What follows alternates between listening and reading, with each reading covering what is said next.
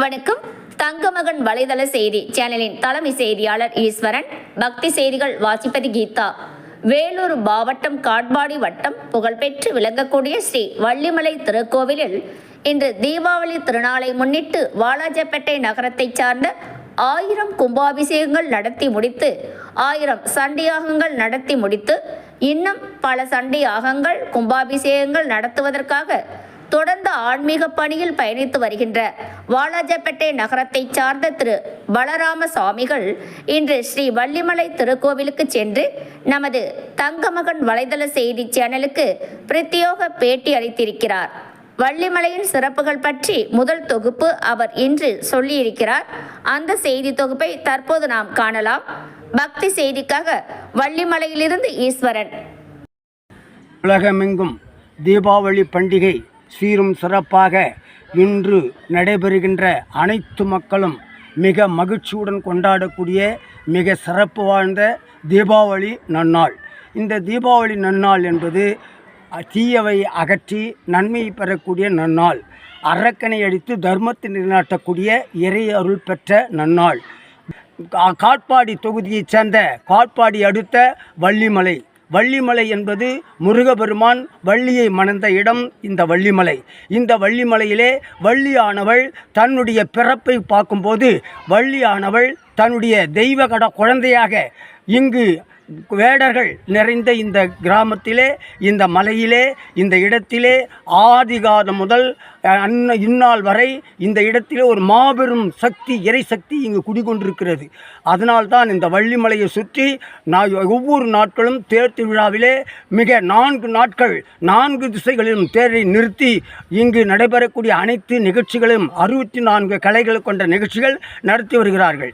இந்த வள்ளிமலை என்பது ஏன் பெயர் ஒன்று என்றால் வள்ளி தவம் இருந்த இடம். இந்த வள்ளியானவள் இந்த இடத்திலே ஒரு காலத்திலே அம்பாள் எப்படி பிறந்தாள் என்றால் மான் வயிற்றிலே வள்ளியானவள் மான் வயிற்றில் பிறந்து வள்ளிக்கிழங்கு வெட்டிய வள்ளி கிழங்கு வெட்டிய பள்ளத்திலே மான் ஈன்றெடுத்த ஒரு குழந்தை.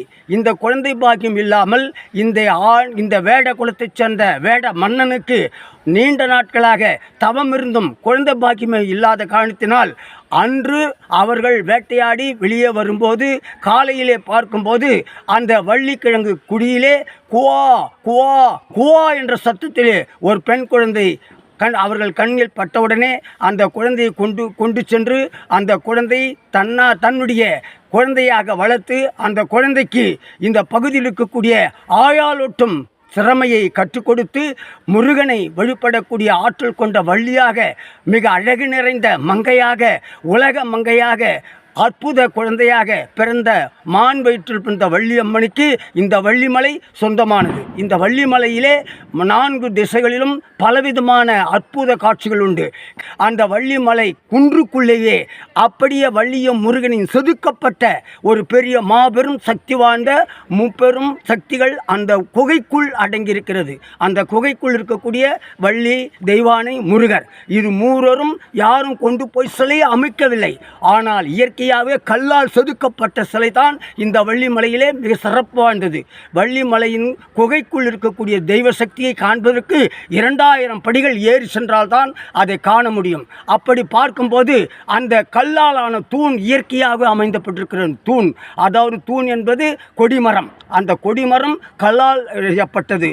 இந்த பிரம்ம உற்சவ நன்னாளிலே கோடான கோடி மக்கள் 10 நாள் விழாவிலே மலையை சுற்றி மிக பிரம்மாண்டமான முறையிலே வள்ளியை நடக்கக்கூடிய மாபெரும் சக்திகள் அடைவதற்காக சக்தி படைத்த வள்ளிமலையினுடைய பேர் அமைப்பு உலகமெங்கும் எடுத்துக்காட்டாக விளங்கக்கூடிய மாபெரும் சக்தி வாழ்ந்த இந்த திருக்கோவிலை காண்பவர்கள் கண்டிப்பாக இந்த இடத்திற்கு வருகை தந்து இறைவனுடைய பேருளை வள்ளியை தேசித்த இடமானது முருகபெருமான் வள்ளியை மணப்பதற்காக ஒரு கிழவேடம் கொண்டார்.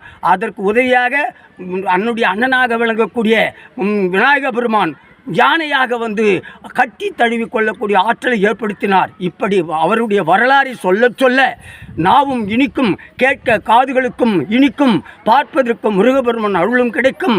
5 பொறிகளுக்கும் 5 விதமான சக்திகள் படைத்த மாபெரும் சக்தி வாழ்ந்த வள்ளிமலையிலே இருக்கக்கூடிய மாபெரும் சக்திக்கு நீங்களும் வருகை தந்து இறைவனை வழிபட்டு அருளை பெறுமாறு உங்களை அன்போடு அடியேன் கேட்டு வணங்குகிறேன்.